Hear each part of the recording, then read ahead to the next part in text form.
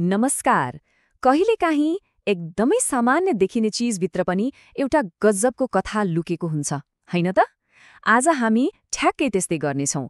नेपालको एउटा साधारण सूचना पार्टीलाई हेरेर त्यसभित्रको पूरै कथा खोतल्ने प्रयास गर्नेछौँ। ल हेरौँ है त यो सूचना पार्टीलाई। पहिलो नजरमा त केही खास नलाग्न सक्छ, होइन? तर विश्वास गर्नुहोस्, यसभित्र एउटा पूरै समुदायको कथा छ। आखिर यसले भन्न के खोजिरहेको होला? यसको पछाडि को छ? आउनुहोस्, यी सबै प्रश्नको जवाब एक एक गरेर पत्ता लगाउँ।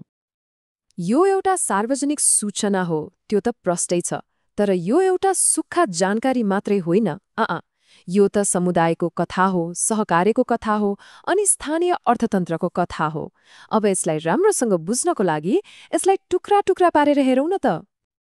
ल, कुनै पनि कुराको जडसम्म पुग्न सबैभन्दा पहिले मुख्य कुरामा ध्यान दिनुपर्छ।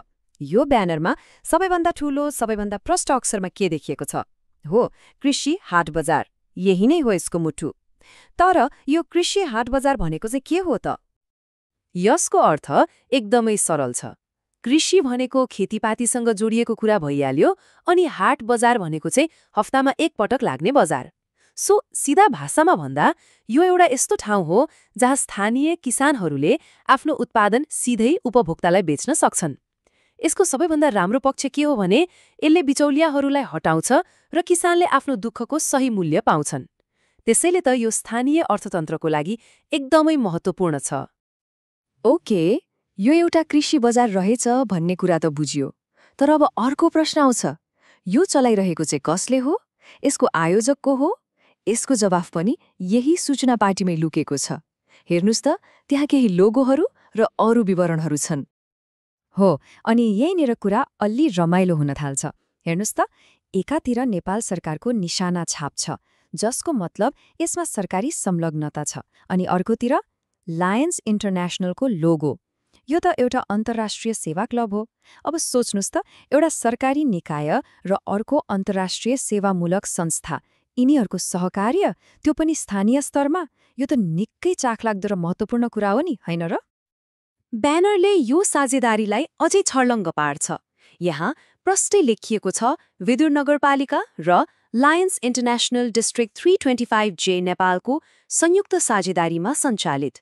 मतलब यो कुनै एउटा संस्थाको मात्रै काम होइन। यो त कस्तो भयो भने स्थानीय सरकारको शक्ति र नागरिक समाजको जोस मिलेर बनेको एउटा बलियो गठबन्धन जस्तै हो।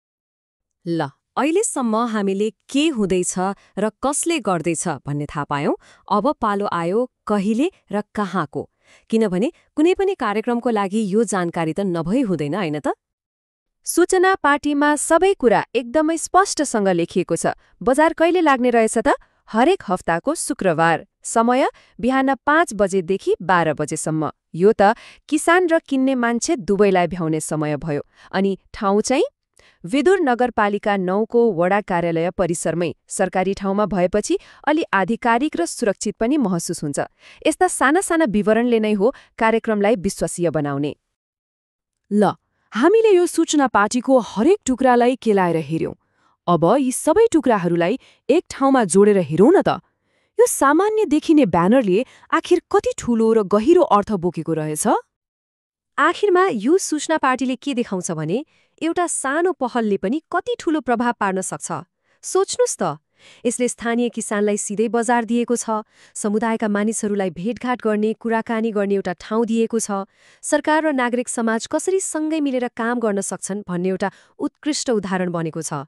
अनि लायन्स जस्तो विश्वव्यापी संस्थाले पनि स्थानीय स्तरमा कसरी काम गर्छ भन्ने कुराको प्रमाण हो यो। यो सबै विश्लेषणबाट के देखिन्छ भने हामीले वास्ता नगर्ने सामान्य चीजहरूमा पनि कति गहिरा कथाहरू लुकेका हुँदा रहेछन्। अब एकछिनलाई सोचौँ त, हाम्रै घर वरिपरि, हाम्रै टोल छिमेकमा देखिने यस्ता सामान्य सूचना पार्टीहरू, पोस्टरहरूले हाम्रो समुदायको बारेमा के कस्ता कथाहरू भनिरहेका होलान्?